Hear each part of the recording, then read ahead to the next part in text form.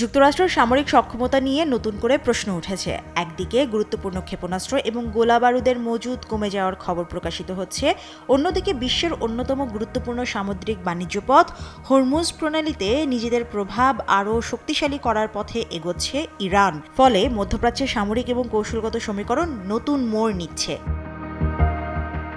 গোলাবারুদের ঘাটতির খবরকে সরাসরি অস্বীকার করেছেন মার্কিন প্রেসিডেন্ট ডোনাল্ড ট্রাম্প। ট্রুথ সোশ্যালে দেয়া এক পোস্টে দাবি করেন, যুক্তরাষ্ট্রের কাছে পর্যাপ্ত গোলাবারুদ রয়েছে এবং প্রতিরক্ষা শিল্প ইতিহাসের সর্বোচ্চ উৎপাদন সক্ষমতা নিয়ে কাজ করছে। একই সঙ্গে এই ধরনের তথ্য ফাঁসকারীদের বিরুদ্ধে রাষ্ট্রদ্রোহের অভিযোগ এনে কঠোর আইনি ব্যবস্থার হুঁশিয়ারিও দিয়েছেন তিনি। তবে ট্রাম্পের এই বক্তব্যের বিপরীতে ওয়াশিংটন পোস্ট, সিএনএন এবং রয়টার্সের মতো একাধিক প্রতিবেদনে দাবি করা হয়েছে ইরানের সঙ্গে দীর্ঘ সংঘাতের পর যুক্তরাষ্ট্রের গুরুত্বপূর্ণ ক্ষেপণাস্ত্র প্রতিরক্ষা ব্যবস্থা ও দূরপাল্লার নির্ভুল হামলার অস্ত্রের মজুদ আশঙ্কাজনকভাবে কমে এসেছে। এমনকি পেন্টাগনের ভেতরেও অস্ত্রভান্ডারের বর্তমান অবস্থা নিয়ে উদ্বেগ রয়েছে বলে প্রতিবেদনে উল্লেখ করা হয়েছে। এই পরিস্থিতি ভবিষ্যতে নতুন কোনো সংঘাত মোকাবেলায় যুক্তরাষ্ট্রের সক্ষমতা নিয়েও প্রশ্ন তুলেছে।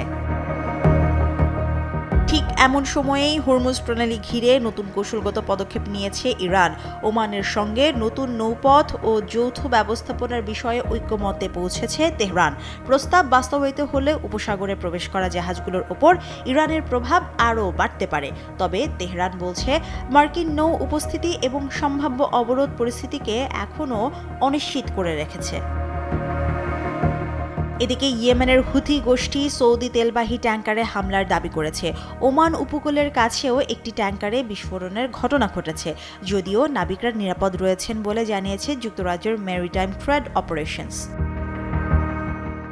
সব মিলিয়ে মধ্যপ্রাচ্যে সামরিক উত্তেজনা যেমন কমছে না, তেমনি অস্ত্রের মজুদ, জ্বালানি নিরাপত্তা এবং বিশ্বের অন্যতম গুরুত্বপূর্ণ বাণিজ্য পথের নিয়ন্ত্রণ, এই তিনটি ইস্যু এখন একই কৌশলগত সমীকরণে এসে দাঁড়িয়েছে। আর সেই সমীকরণের কেন্দ্রবিন্দুতে রয়েছে যুক্তরাষ্ট্র ও ইরানের নতুন শক্তির লড়াই। Mushrifa Nusrat, Daily Sun.